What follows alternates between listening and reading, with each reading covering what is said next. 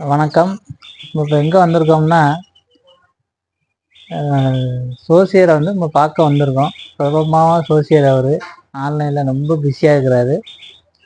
அவரை நீங்கள் பார்த்து ராசிகளோட, அதாவது சிம்ம ராசிகள் ஒரு ஃபேமிலியில் இருந்தால், ரெண்டு ராசிகாரமும் ஒரே இடத்துல இருந்தால் என்ன நடக்கும், அதே மாதிரி அவங்க வீட்டுக்கு எய்த்தாப்புல இருக்கவங்க இருந்தால் என்ன நடக்கும் அப்படின்னு சில கருத்துக்களை நம்ம சோசியரை தெரிஞ்சுக்குவோம்.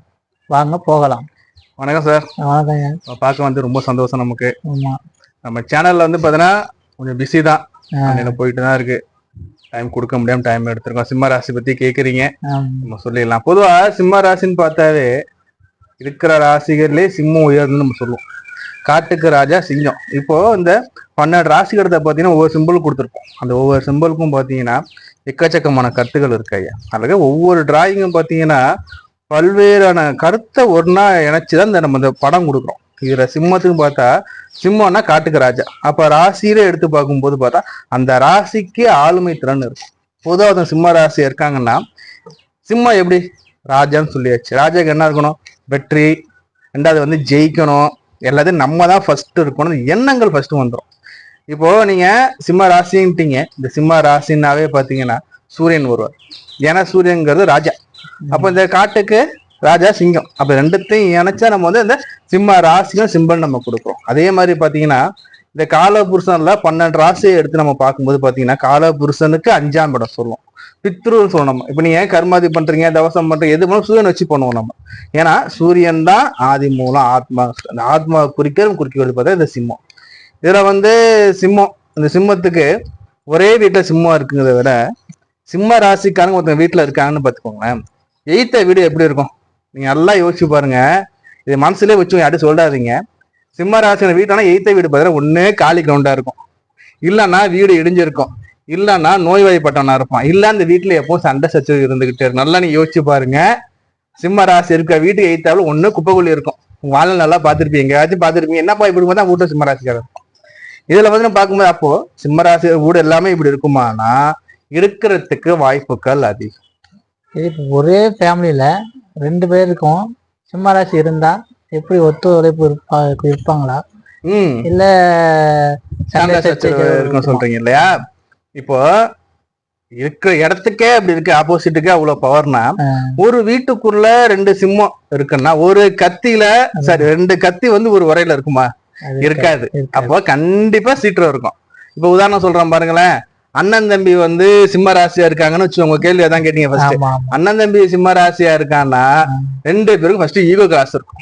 அண்ணனோட நான் ஜெயிக்கணுமா, தம்பியோட நான் ஜெயிக்கணுமா, போட்டிகள் இருக்கும், பொறாமைகள் இருக்கும்.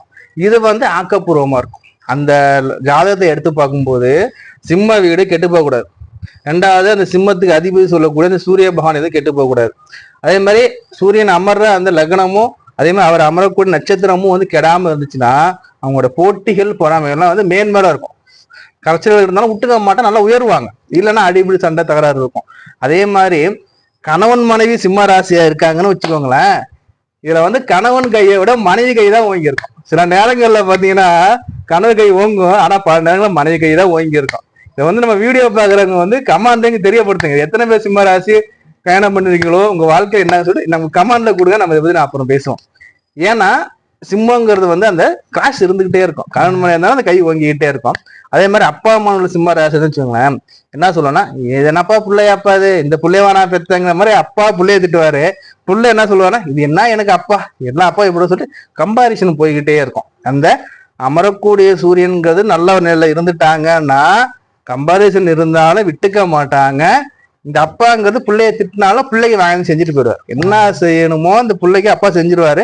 அந்த அப்பாவுக்கு பிள்ளை என்ன செய்யணுமோ அத்தனையும் செஞ்சிருவாங்க. ஆனா ஈவ காசு இருந்துகிட்டே இருக்கும். ஏன்னா 2 சிம்மம் இல்லையா, 2 சிம்மம் கர்ஜிச்சுட்டே இருக்குங்கிறது ஒரு ஒரே இடத்துல இருந்துச்சுன்னா இது மாதிரி பிரச்சனைகள் இருக்கும். வேற என்னையா கேக்குறீங்க? ஆமா சரி. இப்ப நார்மலா ஒரு தொழில் பண்ற இடத்துல சிம்ம ராசிக்காரங்க இருக்காங்க. அவங்களுக்கு நேரம் ஆப்போசிட்ல இருந்தா அவங்களோட நிலவரம் இப்படிதான் இருக்குமா? இப்போ தொழில் சார்ந்த பத்தி நீங்க கேக்குறீங்க. தொழில் பண்றீங்க, கூட்டு தொழில் நீங்க பண்றீங்க, ஒரு 4 பேரை வச்சு நீங்க வேலை வாங்குறீங்கன்னா சிம்ம ராசிக்காரங்க ஒரு தொழில் பண்றாங்கன்னா அவங்கள நல்லா இருக்கும். ஆளுமை திறன் நல்லா இருக்கும். எப்படி வேலை வாங்கணுங்கிறது அவங்களுக்கு தெரியும். ஏன்னா ராஜா எப்படின்னா கண்டிப்பா வேலை வாங்குவார். ராஜா கீழே மந்திரி இருப்பாரு, மந்திரி கீழே சேனாதிபதி இருப்பாங்க, எல்லாத்தையும் சேர்த்து ஆள்றது ராஜா. அப்போ சிம்ம ராசிக்காரன் அதே மாதிரி வந்து சிம்ம லக்னக்காரங்க வந்து கூட்டுதல் பண்றாங்கன்னா அவங்ககிட்ட ஆளுமை இது நல்லா வந்துடும். லீடர்ஷிப் சொல்றல, தலைமை தாங்குற தலைமை தாங்குற பண்பு நல்லா வந்துடும் அவங்களுக்கு, அவங்க நல்லா இருப்பாங்க. பட் ஆப்போசிட்டா தொழில் பண்றவங்க கொஞ்சம் இடர்பாடுகள் சந்திக்கிற வாய்ப்பு இருக்கும். எதிர்விட்டு எப்படி சொன்னோமோ, எதிர்விட்டு எப்படி நம்ம பாதிக்கப்படுறோமோ அதே மாதிரி இவங்க தொழில் ஸ்தானத்துக்கு எய்தாப்புன்னு எடுத்து பார்த்தீங்கன்னா ஒண்ணு பார்த்தீங்கன்னா வந்து கடைகள் இருக்கிறது வாய்ப்புகள் இல்லை. இருந்தாலும் கடைகள் கொஞ்சம் ஏற்றத்தாழ்வுகள் இருக்கும், அப் அண்ட் டவுன் இருக்குமே தவிர இவங்களுக்கு நிகரா அது இருக்குன்னு சொல்ல முடியாது. அதே மாதிரி நம்ம ஃபர்ஸ்ட் பேசணும் பாத்தீங்களா, சிம்மராசி வீட்டுக்காக எய்த்த வீடு காலியாகும்னு சொன்னோம் பாத்தீங்களா. அப்ப எய்த்த வீட்டுல என்ன சார் நம்ம நிவர்த்தின்னு பார்த்தா, எய்த்த வீட்டுக்காரி ஒரு சிம்மராசி அமர்ந்துட்டாங்கன்னா இது சரியா போயிடும், வேற இதாயிடும். அதே மாதிரி பாத்தீங்கன்னா வீடுன்னு சொல்லுவோம், நிறைய சொல்லலாம். சிம்ம ராசிக்காரங்க வீடு இருக்குன்னா அக்கம் பக்கத்து வீடு கண்டே பிரச்சனைகள் இருக்கும். இப்போ சிம்மராசி வீடு இருக்குன்னு வச்சுக்கோங்க, ஒண்ணே பக்கத்துல சண்டைக்கு வரும், இல்ல எய்த்த வீட்டுக்காரன் இவங்க சண்டைக்கு வரும். ஒரு கரைச்சல் இருந்துகிட்டே இருக்கும். அது தொழில் பண்ற இடமாக இருந்தாலும் சரி அந்த கரைச்சல் கொஞ்சம் கொஞ்சமா இருக்கும், இல்லன்னு சொல்ல முடியாது. இது நம்ம என்ன பண்ணணும்னு பாத்தீங்கன்னா, சூரியனார் ஆலயம் வீடு வழிபாடு பண்ணலாம், சூரிய பகவானுக்கு பரிகாரம் பண்ணலாம். அதே மாதிரி கோதுமை வாங்கி ஞாயிற்றுக்கிழமை மணிக்கு முதல் ஊரை பாத்தீங்கன்னா வந்து சூரியன் ஊரை, இந்த 6 to 7 சூரியன் வர அந்த சூரிய வேலை கோதுமை வாங்கி நம்ம தானம் பண்ணலாம். இப்பெல்லாம் கோதுமை எங்க சார்னா இல்லை கோதுமை மாவா வாங்கி கூட இந்த ஆலயத்துக்கு நம்ம தானமா பண்ணலாம். இதெல்லாம் நல்லது பயக்கும். அதே மாதிரி சூரிய நமஸ்காரம் நல்லது பயக்கும். ஏன்னா சூரியன் ஆளுமையின் நல்லா இருக்கணும்னா அந்த ஆளுமை திறன் நல்லா வரும். இப்போ பாவ கிரகமாக இருந்தாலும் சரி, இல்ல சூரியன் அஸ்தமனம் ஆகி இருந்தாலும் சரி ஜாதகத்துலங்கும் போது இவங்க இந்த வழிபாடெல்லாம் பண்ணும்போது அந்த அஸ்தமனம் அஸ்தங்க நிவர்த்திங்கிறத கிடைச்சிடும். அப்போ சூரியன் வலுப்பெறும் போது அந்த அரவணைப்பு ஃபர்ஸ்ட் வரும். ராஜா பாருங்க அரவணைப்பார் எல்லாரையும்.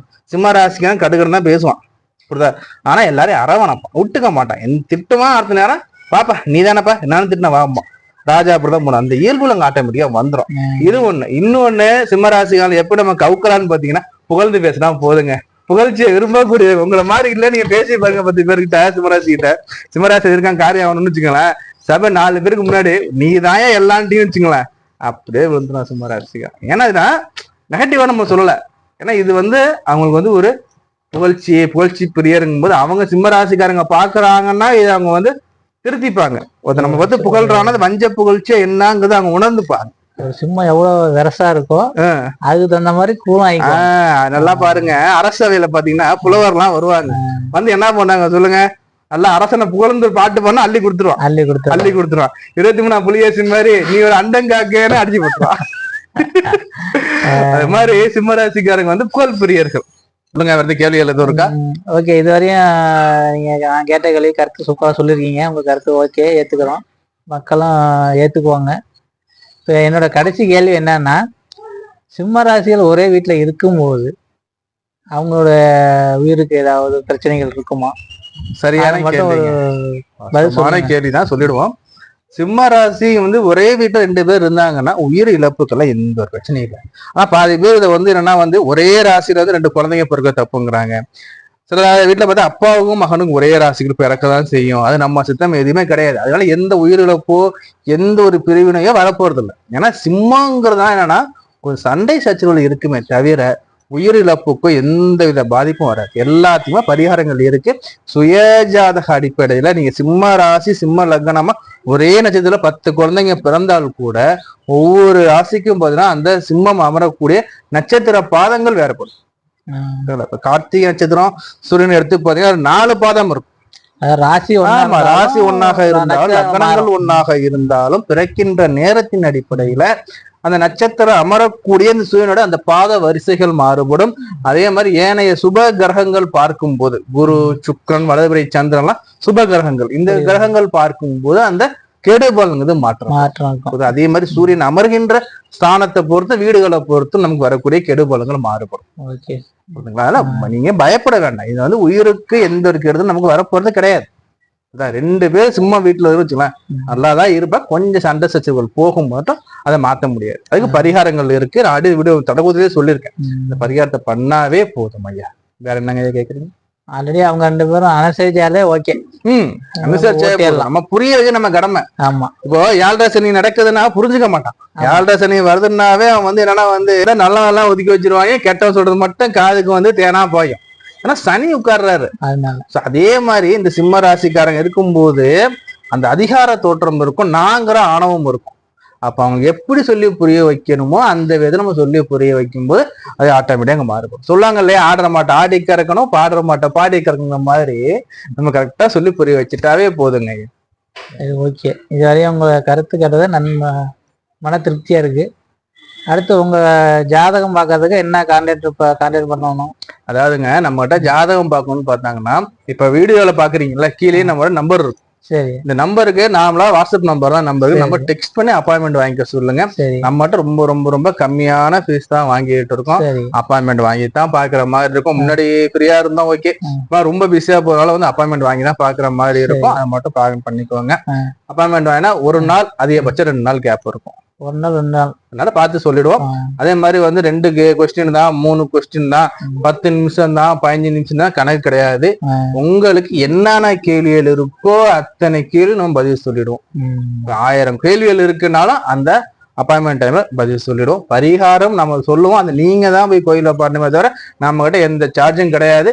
உங்க ஜாதகத்தை பார்த்து சொல்றது மட்டும் தான் நம்ம சார்ஜ் வாங்கணுமே தவிர பரிகாரங்கள் நவகிரக அடிப்படையில் தான் இருக்கும். உங்களுக்கு தேவையில்லாத பரிகாரங்கள் சொல்லப்பட மாட்டாது. இந்த இஸ்க அஸ்ட்ராலஜில சரி, மோகன் டிவி தானே, மோகன் டிவில வந்து பாத்தீங்கன்னா வந்து உங்களுக்கு எந்த ஒரு தேவையில்லாத அன்வான்ட் செலவுகள் இருக்கு. நீங்க வீட்டுல இருந்தபடியே பார்த்தோம், நேரா வரலாம் அவசியம் இல்லை. வீட்டுல இருந்தபடி நீங்க போன்ல பார்த்தா நம்ம பார்த்து சொல்லிடுவோம். ஆமா, நன்றி. நன்றி சார். நன்றி சார்.